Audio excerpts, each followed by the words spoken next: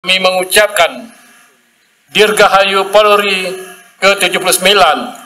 Semoga Polri terus menjadi garda terhadap dalam menjaga keamanan, menegakkan hukum, dan mengayomi masyarakat dengan sebaik-baiknya.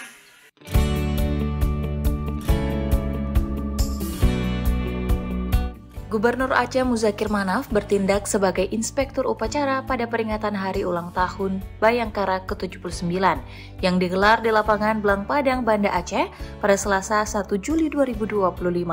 Upacara berlangsung khidmat dan dihadiri oleh jajaran Forkopimda, para pejabat utama Polda Aceh, pejabat utama Kodam Iskandar Muda, tokoh masyarakat serta para tamu undangan.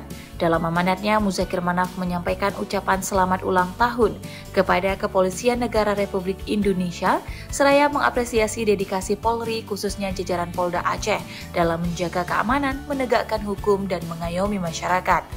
Polri untuk masyarakat mencerminkan komitmen Polri untuk selalu hadir sebagai pelindung, pengayom, dan sahabat rakyat. Mengusung tema Polri untuk masyarakat, peringatan tahun ini menekankan pentingnya Polri sebagai pelindung, pengayom, dan sahabat rakyat.